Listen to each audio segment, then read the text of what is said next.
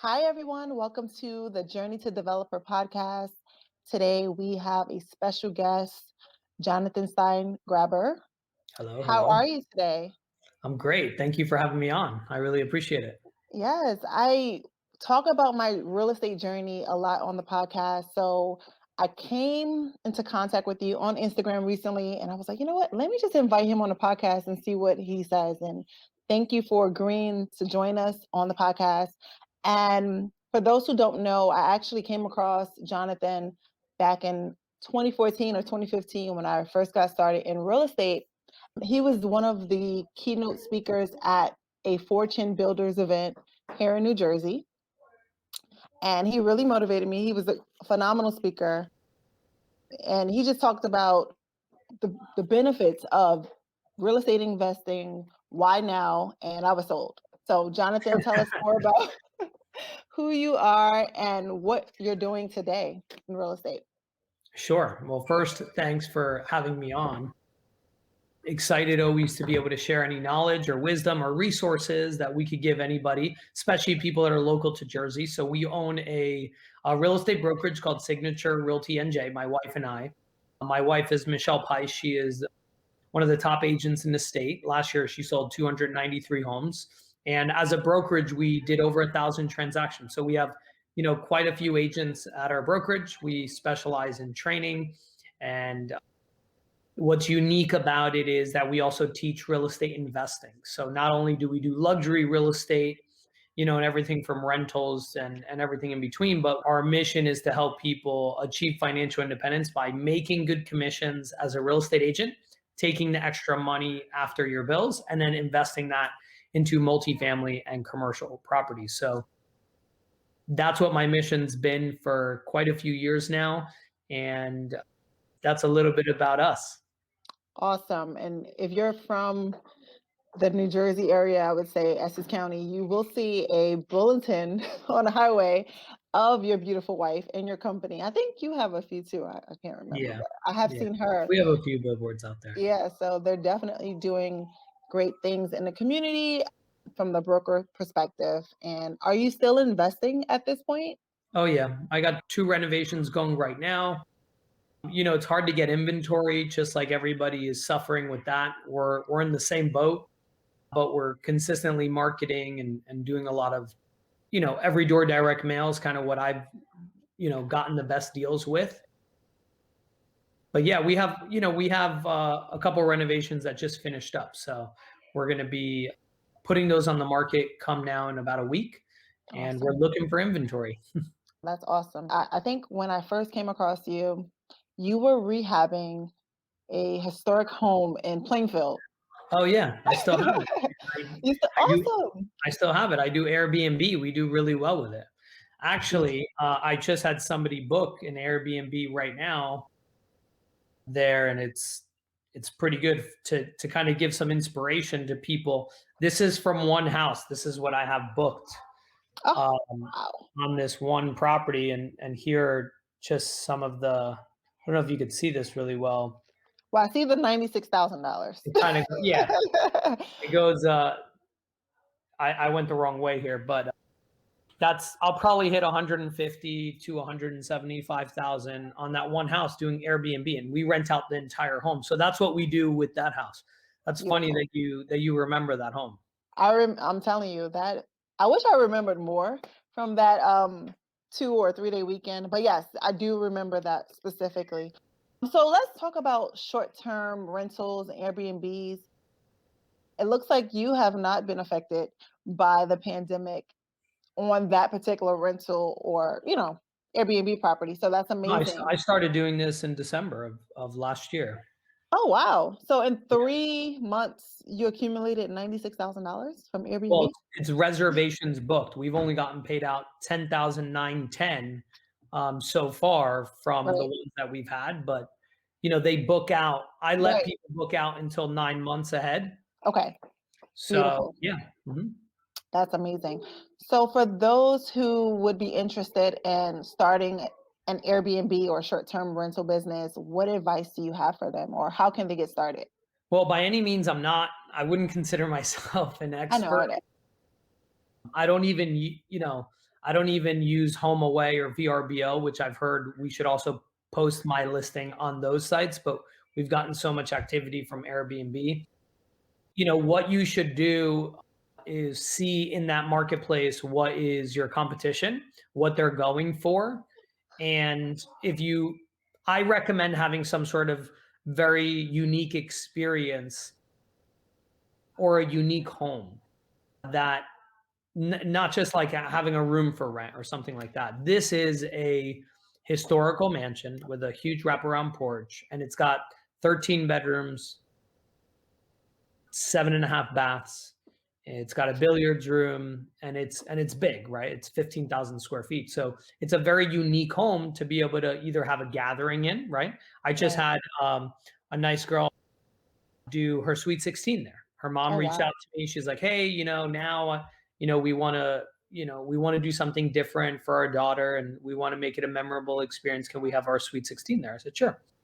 So, look for like a unique home that's going to be different than other properties, and you'll be shocked at how much demand there is in the marketplace for something like that. Yeah. Awesome. And I'm also going to recommend another site for you. They have pairspace.com. I'm sorry, Pair Space, PAIR? PEER space.com. Oh, Peer Space. Yeah. Okay. Peerspace.com. Yes, and it's amazing also because you can rent it out by the hour, right? So let's say someone wanted to do a photo shoot, like in your case but it's just more of a venue website for people that just want to do events there and keep it moving versus Nice. Thank you. doing sleepover events. So yeah, people make hundreds of dollars per hour. I just rented another house that I have. We bought a big mansion down the street. It's like 12,500 square feet. We are renting it just for, a couple days to a video production company for $3,500. We're selling that house though. Nice. Well, I'm supposed to be bidding on, I think it's a 19-bedroom mansion in Plainfield. Nice. Is that the one on Hubzoo? Belvedere? Yeah, the one on Belvedere. Yeah. I think everybody's going to be bidding on that one. I'm not going to be bidding on it. But the bids were really low when it started. I'm not sure where it is now, but I'm going to take a shot at it and see what happens. Just be careful. The historical, commission meets once a month, and you obviously need to abide by the historical guidelines on that house. So I had one of my agent investors call me and ask me what I thought about that particular home. That's why I know about it, not because I'm bidding on it. I'm not your competition, I promise. Hey, I'm sure either way, as long as the home turns out amazing and it's going to be brought back to life, I don't really care who buys it. But someone actually reached out to me and they wanted me to partner with them on that particular project. Yeah. So since we last came into contact with each other, you probably don't even remember me, but it's fine. There's a lot of people at those events. I know. But and I don't want to bring up personal matters, but the reason why you connected to me so much is because we both had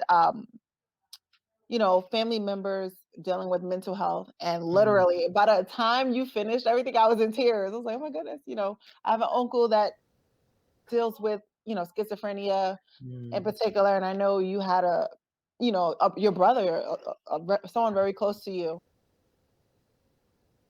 was suffering from that illness. So your story really really, really, really touched me. I literally was in tears. I think I even hugged you at the end. But one, you're a great speaker. Thank you. So you just motivated me. I didn't even think I would go into wholesaling. Like, I didn't go there with the idea of wholesaling. I went there with the idea that I wanted to be a rehabber, and I was addicted to HGTV. I always had this idea that I was also going to be a developer. So I always knew I wanted to, rebuild urban communities, especially in Newark, because I had grew up in Newark. Newark in 2015 was a bargain. I know. And I knew what was going to happen. I'm originally from Brooklyn, New York, and look what happened with Brooklyn. You can't even buy a brownstone for under $2 million at this point. It's just crazy. And my grandfather, he had the nerve to tell me recently, yeah, I remember when they were $50,000. And I'm like, Yeah. why didn't you buy a brownstone when it was $50,000? If we could only predict the future, Oh, I know. And that was back in the 70s, but I'm just like, wow, you should have at least gotten one. That's all you needed. So I saw the transition in Brooklyn. I saw what was going to happen in Newark. Newark made a lot of initiatives to build the city up, a or ton. have investors or corporations come into Newark. They're literally putting billions of dollars there. So I knew what was going to happen. It was just, how can I get in where I fit in, right? So at the time, I was a new mother. I was hoping, all right, I can, buy an old house, rehab it. And my idea was actually turn it into a shelter. So everything I do is always with Mm, purpose. That didn't happen, but that was cool. Now I was a real estate paralegal at the time, and I jumped into wholesaling. We started doing a lot of investor transactions. I'm like, yeah, I need to get in this area right now. I know you had spoken about wholesaling, and I just started doing. I didn't sign up for Fortune Builders, as you probably can or cannot tell that, but I didn't sign up. At the time, I just didn't have the capital to do it or the credit to do it. However, wholesaling was introduced in that 2 or 3 day workshop. I started just educating myself as best as possible on wholesaling, and I just became innovative. I may not have had my own deals or leads, but I was just co-wholesaling or reverse wholesaling other people's deals. mhm. And then I just met a mentor or a cash buyer who ultimately became a mentor to me, Nice. which was great. And then I started noticing, okay, now we're getting to a certain point where, all right, you have to start holding some of these properties. And even to a certain extent, I realized that I was selling out my community. I'm like, okay, now I'm selling to investors that don't really care about the community. They just want the money. So that motivated me to start buying and holding. And then I had the control to put whatever tenants I wanted to in those units, and in cooperation with being a realtor as well. So it was a great share of helping individuals who don't have an address, or homeless families, helping them relocate into certain parts of Newark, or if they were from Newark already, whatever, just making sure they had affordable housing options, right? So I was doing that in conjunction with being an investor and a rehabber, Nice. and also with conjunction of making investors house these particular tenants. So that's what I've been doing over the last couple of years. And now we have stepped into the development space. But just to wrap it all back, that event, that 2 to 3 day weekend was amazing. And it really just it's like you sowed a seed into my life. It's And hard to now, describe if you haven't yeah, been. I know. Now, are you still doing those events or no? No. Yeah, okay. All right. Yeah. Um, I was on the road for many years and just go from weekend to weekend, from city to city, and it was a lot to be away from my wife. And then, now I have an 8-month-old daughter, so that was a few years ago that I stopped doing those events. okay, good, good, good. And I'm sure like whoever's on your team at Signature, I Yeah. mean, We you're do a lot of always training. That's where I get my fix for right. training. Yeah. So what would you say to someone that is transitioning from a realtor to an investor, Mm. especially during this market? Yeah, and I think also people that aren't realtors yet, a lot of people don't get their license, and it's a good idea. We're actually starting a real estate school. So I just passed my instructor's exam. So if anybody that's watching podcast is interested in that, find me on Instagram and message me, and I'll get you the details on that. But realtors that are turning into investors, number one, learn your market like the back of your hand. You'll be able to identify any good deals that come on the market, but don't plan on getting a lot of good deals that come on the market, because especially now with inventory being so low, you're going to get bid out. And don't do a deal just to do a deal, right? A lot of Right. people get involved in transactions because they want to say, oh, I haven't flipped a house, I want to flip a house. and the numbers just don't add up, right? They're not really being smart about what the after repair value is going to be and really doing their due diligence on their repair estimate. And then the biggest thing is calculating all of the holding costs, your financing costs, your property taxes, your insurance, your utilities, your snow removal, your landscaping, any maintenance. And just, you could be off by, especially nowadays, right? If you're going to make $50,000 on a flip, but you're into it for about 500,000, that's only a 10% margin for error, right? So if the market shifts by a couple percent, maybe interest rates go up or something like that, and then the demand goes down a little bit, and you go over on your renovation budget by a little bit, there goes your profit. So you never want to be in a situation where you're doing all this hard work, right? It is a lot of hard work to manage all the contractors and, pay that monthly overhead every month and do that. So just be careful, right? And make sure that you know the market. A lot of people are buying a house in an area they've never even been in. They've never been there before. And they got an email from somebody, and all of a sudden they're looking at this property in this area and they're going off their numbers and they're not accurate. You got to do your own due diligence. I always recommend for brand new people to get an appraisal, get an as-is appraisal, and then get an after repair value appraisal, right? Let the appraiser know what you're going to be doing to renovate the property, and then see what they believe the value is. Double check that on your numbers, obviously, because appraisers are just giving opinions, but it's good to have that opinion. And a lot of them, if you get a good appraiser, it's very thorough. So, that's my advice my advice to realtors or anybody else will be exactly the same. Obviously, realtors, the only difference is you have to disclose that you're a licensed agent. So don't ever buy a property without disclosing you're a licensed agent. That's grounds for revocation of your license. So you don't want that. It's very easy when you're talking to sellers like, hey, I have my own real estate license, so I can sell my own properties. And also the people that don't want me to buy their property, they often want retail and they want me to list it. So I can, I can list it for them. And that's why I have my real estate license, and just being very transparent and honest with people.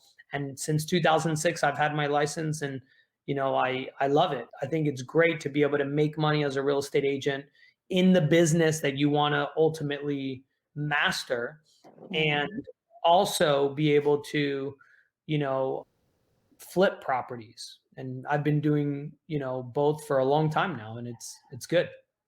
Awesome. Yeah. Now, where do you see the market going? Do you think we're going to stay consistent? Do you think the prices are going to go up, or do you think we're going to have some type of correction? So it's interesting, right? I'm not a market predictor, but what I can say is, why do we have so much demand in New Jersey, right? It's the exodus of New York City, right? It's the extra demand that we didn't have prior to COVID, that people are exiting in droves from New York City. So when did the pandemic happen, right? In March of last year. So if I put 2 and 2 together, people probably stopped signing leases in March or April, right, of last year. So I would guess, that the number of people that are exiting New York, the majority of them are probably going to exit by May or June, because a lot of them would have been stuck in their lease if they signed it in March or April. The last months, if you think about 12 months from then, March or April are probably the last month. So, May, June, that's when the demand will go down, because it takes 60 to 90 days to find a house, buy a house, get qualified, all that stuff, right? So that's one thing. Interest rates are really good, but, Biden got elected, and if he passes his $15,000 first-time homebuyer credit, then you're going to probably see a surge in first-time buyers, and demand's going to go up there, because you don't even need $15,000 a lot of times to buy a house. So especially if you get a seller's concession, right? So I feel like renters are sick and tired of landlords, increasing rent so much. I mean, I'm a landlord and rents just skyrocketed, right? They just keep going up and up and up. I mean, it's crazy. So, and interest rates being where they are, I just don't feel like that first-time homebuyer market is going to go down. Now, if for some reason, all the printing that we've done, all the money that we've put to the economy catches up with us sooner rather than later, which I don't know if it will or won't, then yeah, maybe rates will start to tick up, and that will lower the urgency that buyers have. For, obviously the first 60, 90 days of interest rates going up, there's still all those people that locked in their rates. So obviously the market actually goes up more, Right. and then it dips. So I don't think the market's going to be bad. I don't understand economically the fundamentals on how we have, all this huge economic impact that happened for COVID, tons of people out of work, unemployment's going to run out, right? Because you only have it for a certain amount of time. And the extra stimulus checks are probably not going to be, they're probably not going to be as loose as they talk about it, as they talk about how loose they're going to be. I don't think they're going to give that many more stimulus checks. Maybe one more we'll get, maybe two, but it's not going to be a whole lot of money in Jersey, right? You live out in the Midwest where rent is $700. Right. Okay, cool. Like $1,400 is a lot of money, right? But in Jersey, what do you do with $1,400, right? So it's interesting how they don't adjust for, cost of living and really helping people out. But I can't predict what's going to happen, but right now we're on fire. The market is. Yep. I mean, we had just a transaction. We had to create a Google form for agents to enter their offers in because it was over 43 offers, right? Crazy. And to put all that on an Excel sheet for an owner within 24 hours is kind of annoying. So we actually created a Google form for agents to start submitting offers through a Google form. So it automatically goes on an Excel sheet, and then we could give that to the owner. And I've never seen a market like this since I've been in the business, and I don't think it can keep up with this type of demand. And I think June, July is when it's going to slow down a little bit. I was going to say, do you think it's just a puffed up market? Like it's a fake this? No, it's not. Let me tell you why it's not a fake market. Okay. If you do the math, okay, on buying a house now or 12 months ago, they're cheaper now. I know it's hard to believe that, but if you do the interest rate, it's hard to believe. I'm like, oh, right, of course. So that's the thing. The monthly payment is actually cheaper, even if it went up $60,000 on a $400,000 house.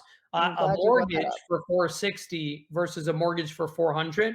$460 is cheaper now at today's interest rates than it was 12 months ago. I'm glad you brought that up because people don't understand interest rates. They don't understand money, how it works, how interest works, how banks work. Right. So I'm glad you brought that up because the interest rate, I don't know, maybe a couple years ago was like maybe 4%, 4.5. Yeah. I remember when I first got pre-approved years ago, it was like 4.5. I had A1 credit, or I thought it was A1 credit at the time. And yeah, so they don't realize when you're paying 4%, 4.5%, you're really paying like 50% or more of the house if I did the calculation. So in that case, a house that's $450,000 might be $900,000 over the course of the loan or more. I'm just rounding about, maybe give or take. You're paying double the amount of the house. Right. So ultimately it is cheaper now to purchase it. The only thing is your income, depending on who the person is, it may not look like you can afford the house based on the price of the house at this point, but ultimately you're paying a cheaper amount for the house now over time. So I'm glad you brought that point up because in that 2-day weekend years ago, and it feels like I'm puffing Fortune Builders up, but you went over inflation, money, the economy. I did terrible in economics class, so I fell asleep most of the time. So you really broke it down. And how important is it to understand money and how our economy works? I mean, things are simple, right? I mean, statistically speaking, the majority of the people that live in the United States don't do well, right? They don't have enough money for retirement. It's statistically proven. And we don't we're not armed with the right resources, unfortunately, to have financial literacy. So what you have to do is you have to seek that out. So if you're watching this podcast, good for you, because you are looking for ways to master, your finances and master personal development and things like that. And I think that's really, really important for people like you and me that are out and we're teaching and we're trying to get people access to the right information to inspire them. It's going to be the difference between you having a good financial life and a bad financial life, right? And they say money doesn't buy happiness, but living paycheck to paycheck doesn't either, right? You live paycheck to paycheck, and it's stressful to live paycheck to paycheck. I've been there, done that. I've lived off credit cards. When I was taking care of my little brother that had paranoid schizophrenia, it was just me and him, and I was taking care of him. Both of my parents are deceased, and it was a very tough time for me, and it was very stressful. And money was probably at the top of the list, other than being afraid, of my little brother's illness, because you don't know what they're going to do, because he was a paranoid schizophrenic. So it's really honorable to teach people about financial education. And we've chosen to do that in real estate specifically because we feel like real estate is one of the only assets that you could put, if you think about it, right? You could put 3.5 to 20% down, right? Call it, or even 3% or 0% if you're VA loan, right? But call it 10%, right? You could put 10% down deposit on a $500,000 house. That's $50,000. For $50,000, you can control a $500,000 asset. That's pretty darn good, right? And over time, if the market goes up, on average since 1976, it's gone up 5.76%, right? So if we take even a lower average of 5% and it goes up 5% a year for the next 10, 20, 30 years on average, right? You'll have ups and downs. I mean, you get your money back in equity 2 years down the line if you put 10% down, right? In 2 years, 5%, 5%. I mean, that's amazing. And if for some reason you get lucky, you hit it like right before it goes up, then even better. But and you sell at the top and then you buy again at the bottom and so forth. That's what we do, right? Exactly. Because right now I feel like we're almost there. We're almost at that top. And there's a couple properties I'm liquidating because of that. And then I feel like there will be more foreclosures that will come, right? A lot of people miss their payments during COVID. And although banks can't foreclose right now because of the moratorium, that at some point has to end, right? So there is going to be a correction of some sort. There has to be, because it's just statistically, it doesn't make sense. So back to what I was saying is real estate is a hedge against inflation. And we printed so much money that you guys should really consider, if you're watching this podcast, you should really consider, how can I get myself involved in real estate so I can hedge my risk against inflation? And you should look for cash flowing properties. I'm not talking about liabilities where you buy a single family house and you live there and you're paying money out every month, but where somebody else is paying the mortgage, the taxes, the insurance, the utilities, and the maintenance. And there is opportunities if you look, right? If you go after motivated sellers, divorcees, people that inherited homes. I just sent out 876 mailers to a probate list that I purchased off a website called usleadlist.com. So I sent them a postcard, We Buy Houses Cash postcard, and I got a couple calls already. Haven't really secured any deals from it yet, but people also save that, right? Spring comes, snow melts. Right now, people are okay with it. COVID is also another big challenge because some people are afraid of people going into their homes, right? So, all those things are adding up to the lack of inventory. But if you can get involved in some real estate and hedge your risk against the value of the dollar going down, you should do that, because just saving money is a loser's game, right? You should have money saved, but saving all of your money and not investing it, that's a loser's game, because the value of the dollar you lose purchasing power. You don't lose money, right? But you lose what you can buy, right? Every year you can buy less and less with that same amount of money. And that's called inflation. It's the value of the dollar going down and the cost of living going up. Yeah. I'm glad you brought that up. Well, the statement was going to be about the moratorium that they just extended.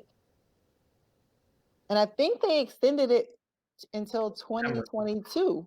I mean, it's interesting, right? Yeah, I'm like, okay. I mean, at least they're being more realistic about what's happening.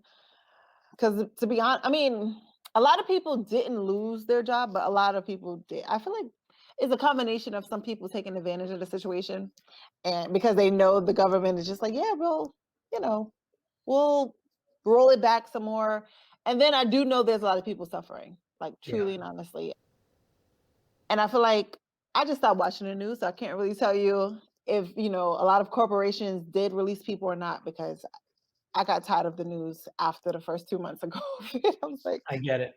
if Very it's not, exhausting. And I think this year, if this last year, if it taught us anything, it's to you know to hurry up and do what we want to do, because things can change and your opportunities can change. And for a lot of people, COVID was like a rebirth. And although we yeah, lost a lot of lives and we lost a lot of people, it took a lot of names, man. yes, it did. A lot of people I know, my cousin and a bunch of other people, and it's one of our agents just lost his dad to COVID. So I empathize and sympathize with those people. Right. To see the silver lining, on the other hand, it's a rebirth for a lot of people, a wake-up call, especially if they were in a job that they didn't love and they were able to be on unemployment. And some people were making the same amount of money being unemployed than at their job, and it gave them the time to go after what they wanted. And a ton of people got their real estate license, for example. Yeah. We had a huge spike in people that got their real estate license because they want to control their own time, and they don't want to have a ceiling on their income, and they don't want to go and beg for a raise. And I don't blame them, because it's not fun to let somebody else have control over you. Yeah. And when somebody has control over your money, they have control over you. I mean, Pretty in much. a lot of different ways, it's demeaning, right? Mhm. And you don't need to live that way if you're willing to take a little bit of a chance, grind a little harder, work a little bit different, stop watching the news like you did, and take all that time and energy that you typically spend with things that don't add any value to your life, and leverage that into your new venture and your new business. And that's something to be super proud of and excited about, and that's what a lot of people did during COVID. So for a lot of people, COVID was a good thing. And for a lot of people, it was unfortunately a bad thing, but we can make the best of it. Absolutely. I mean, for me, even though I felt like I knew a lot, I was like seeking more information. I'm like, all right. And in many ways, it was a rebirth for me as well. I did create this podcast during COVID, so Good. it was a rebirth. I had to learn how to use the internet all over again, and editing This videos. is great. I mean, it's very professional. I love it. Thank you. I'm gonna copy some of your resources here. I love it. Yeah, but yeah, I definitely rebirthed myself in many ways. I realized, what self-development skills I needed to tap into. And of course, some things on the real estate side got slowed down a bit. I was in the middle of 2 rehabs, and I did purchase some land. So the projects I will be developing, I did purchase those. Now we're just, backed up with the plans going through the city and permits and Good. the other side Awesome. of real estate, right? Once you're actually doing what you need to do, now you have to wait on the municipalities to They process. take a little time. Yeah. But other than that, COVID was great. I think it was, like you said, a great reset for everyone. I feel like in many ways, everyone's on the same playing field. We all now more than ever, more individuals, and maybe not us, but more individuals will need affordable housing. It was an issue before COVID, but now it's definitely impacting more lives. So hopefully we'll see in the real estate industry even more affordable, or workforce housing, not so much affordable, but workforce housing accessible to more families with different types of income. Before, it was like a passive thing. Now it's a necessity. Mhm. And I always say on this platform, the more I get deeper into real estate, it's definitely becoming more political and more governmental. There's a lot It of definitely government is. policies, playing in the background.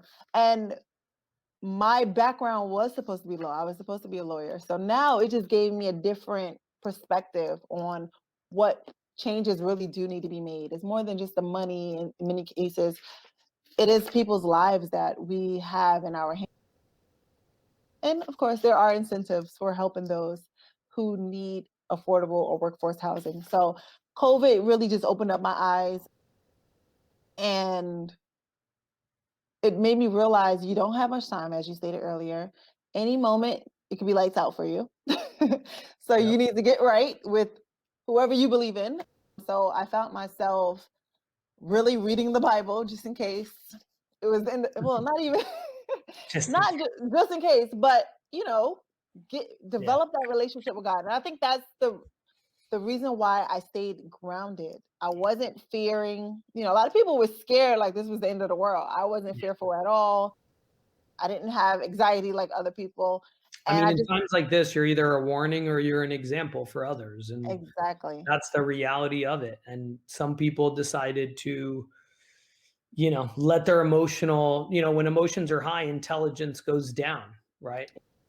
That's just how things are and how people are. But at the end of the day, there's going to be people that rise to the occasion and Mhm. they change their lives and improve their lives and help other people be stronger around them, and then others that don't. And obviously you chose to rise to the occasion and even put together this podcast to help others. And it's really admirable to see people doing that, especially things that are born in times of, crisis, in times of uncertainty, because people need leadership. People need somebody to say, everything's going to be okay, right? Like we're going to get through this. And although there's going to be a lot of challenges, but these are the good things that can come out of it. And that's the main thing. It's like anything else, right? You have to make the best of it. And this is all you've got, right? This is all you've Right. got. There's things that you can't change. And you can only change your mindset. And the most important home you have is your emotional state and your emotional home. So